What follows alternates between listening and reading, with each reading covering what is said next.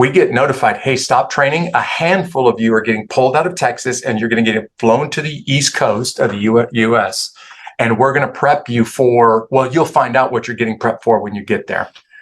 Now, Jeff, that's not unusual for special ops, because anytime something bubbles up around the world, the special operations community gets ready for it. And let's be honest, like 90% of the time, nothing happens and it all fizzles out, which is good. Yeah. But stuff had been bubbling up over in Somalia for a while. We knew stuff was bubbling up in Somalia, but when we got pulled out of Texas, I didn't know it was Somalia. I was thinking it could be one of 5 places tonight. I don't know. We'll figure it out when we get there. And then we'll throw this package together with almost no notice and very, very little time to train.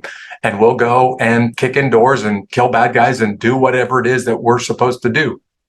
And I just was training in Texas when we got pulled out of Texas and assembled together. And when I got there, that's when I learned, all right, it's Somalia. We're going over there with a mission to go get one guy, which is not that uncommon for the special operations forces.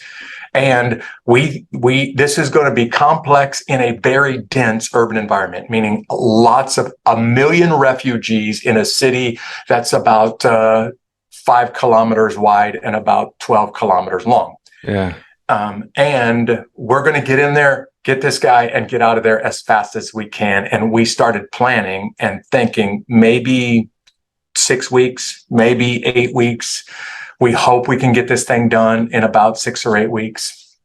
And we're 3 months into it when we are still trying to track down the number 1 guy and take down his organization. And that's when we get into this big fight that becomes known as Black Hawk Down. But it's not the first and the only fight over there. That long of, like, I had no clue it was that long you guys were in there. Yeah. She was saying 3 months. She was saying 3 months. Yeah, we were over there for about 3 months before we got into that fight. And we had done a bunch of missions in those 3 months. That mission just becomes the one that everybody talks about just because of how bloody it was. So yeah, we had a couple of days notice to plan and to prepare this thing. We go over there and there's a small team that will actually go in on the ground on every mission. That team from different branches of the U.S. military are about 200 of us.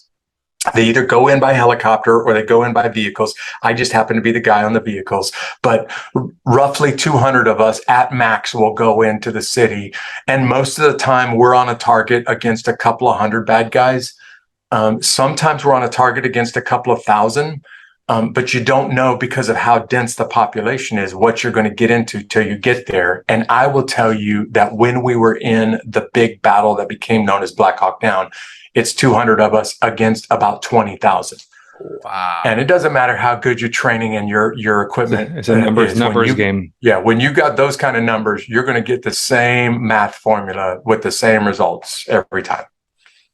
So roughly 18 hours later, half of us are killed or wounded.